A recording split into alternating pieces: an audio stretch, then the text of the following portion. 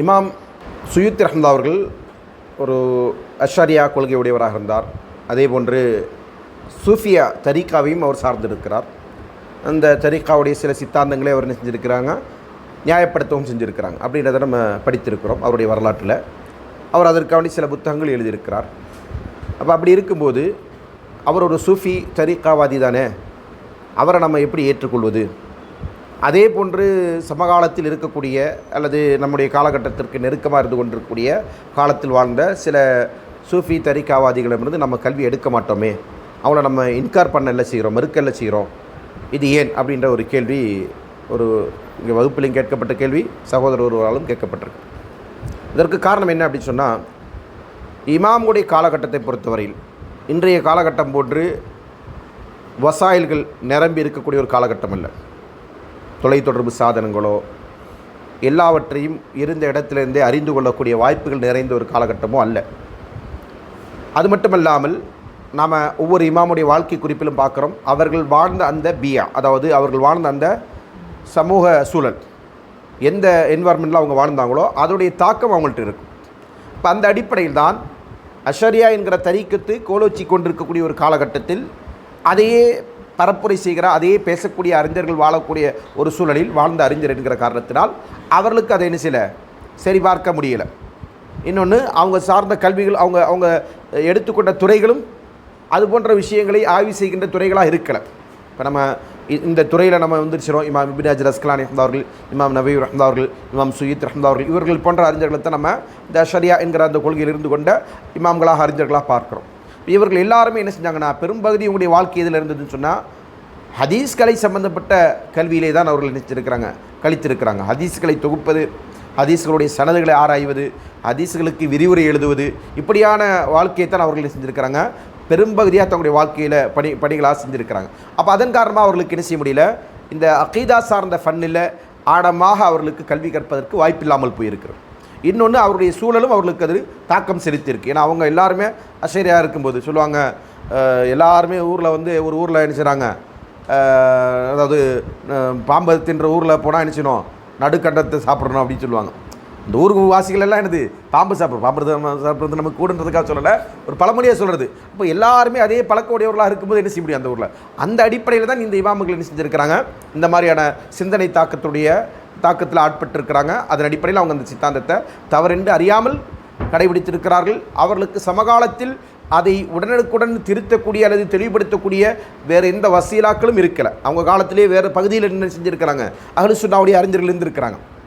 குரானையும் சுன்னாவையும் மன்ஹஜ் சலஃபின் அடிப்படையில் புரிந்து கொண்டு அதை பின்பற்றக்கூடிய அறிஞர்கள் இந்த எல்லா இமாமுடைய நூற்றாண்டிலும் இருந்திருக்கிறாங்க. ஆனால் என்ன செய்ய முடியல, அவங்களுக்கான இந்த தொடர்பு வசதிகள் இல்லாமல் போனதன் காரணமாக இந்த தகவல்கள் கிடைக்காமல் போயிருக்கிறது. சரிங்களா? இன்னொரு விஷயத்தை நம்ம இங்கே சொல்லி ஆகணும்.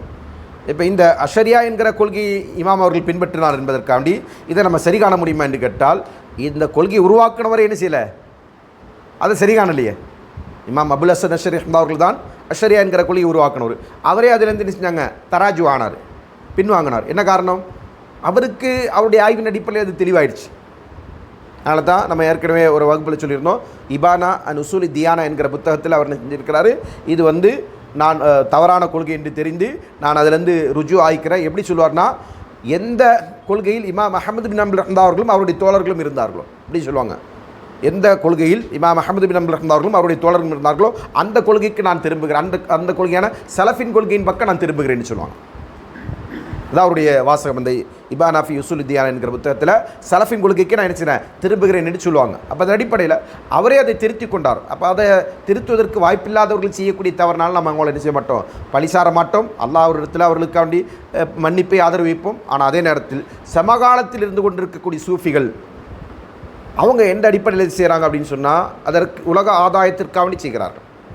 பெரும்பகுதி அதன் மூலமாக அவர்கள் மக்களை ஏமாற்றுவது, மக்களை ஏமாற்றி பிழைப்பு நடத்துவது, தங்களுக்கான அங்கீகாரத்தை மக்களுக்கு மத்தியில் நிலைநாட்டுவது, இது போன்ற காரியங்களை அவர்கள் செய்கிறார்கள். மனமுரண்டாகவே அவர்கள் சத்தியம் என்று அறிந்து கொண்டிருக்கிற விஷயத்தை மறுக்கவும் செய்கிறார்கள். அப்போ இப்படியான காரணங்களால் என்ன செய்ய மாட்டோம், இந்த கால சூஃபிகளை நம்ம ஏற்றுக்கொள்ள மாட்டோம், அங்கீகரிக்க மாட்டோம். மேபி அவர்களில் யாராவது, ஒருவேளை அவர்கள் யாராவது இஹ்லாஸ் உடையவர்களாக இருக்கலாம். அப்போ அவங்களுக்குன்னு இந்த நியாயங்கள் சத்தியங்கள் தெரியாமல் இருக்கலாம். அப்படி இருந்தாங்கன்னு சொன்னால் அவங்கள்ட்ட நம்ம என்ன செய்வோம், நல்ல விதமாக நம்ம அவரிடத்தில் சத்தியத்தை எடுத்துச் சொல்வதற்கும் அவரிடத்தில் நம்ம கலந்துரையாடுவதற்கு நம்ம ரெடியாக இருப்போம். அவங்கள நம்ம என்ன செய்வோம், அணுகுவோம் அந்த விதத்தில் தான். ஆனால் மனமுரண்டா இன்காரின் அடிப்படையில், அதாவது என்ன செய்யணும், மறுக்க வேண்டும் என்கிற அடிப்படையில் அதை மறுக்கக்கூடியவர்களாக நம்ம நினைச்ச முடியாது, ஒன்றுமே செய்ய முடியாது. அப்படி உள்ளவர்களை நம்ம கல்வியாளர்களாகவும் பார்க்க முடியாது. அவங்க யார்? இமாம் மாலிக் ரஹ்மத்துல்லாஹி அவர்கள் சொன்ன மாதிரி சஃபீஹுன் யுஅலினு சஃபா, மடமைத்தனத்தை வெளிப்படுத்துகின்ற முட்டாள். அதே போன்று பிதஅத்தின் பக்கம் அழைக்கக்கூடிய பிதஅத்துவாதி. அப்படி உள்ளவங்கள்ட்ட என்ன செய்யக்கூடாது, கல்வி எடுக்கக்கூடாது. அர்பவுல்லா யூஹது அன்ஹுல் இல்ம அப்படின்னு செஞ்சாங்க இமாம் மாலிக் ரஹ்மத்துல்லாஹி சொன்னாங்க. 4 பேரிடமிருந்து கல்வி எடுக்கக்கூடாது. அதில் ஒருத்தர் தான் யார்? முட்டாள், மடமைத்தனத்தை வெளிப்படுத்தக்கூடிய முட்டாள். அதே போன்று மக்களிடத்தில் பேசுகிற போது பொய்யுரைக்கக்கூடியவன். அவன் ஹதீஸுடைய விஷயத்தில் பொய்யுரைக்கா விட்டாலுமே சரி. அடுத்து என்ன சொன்னாங்க?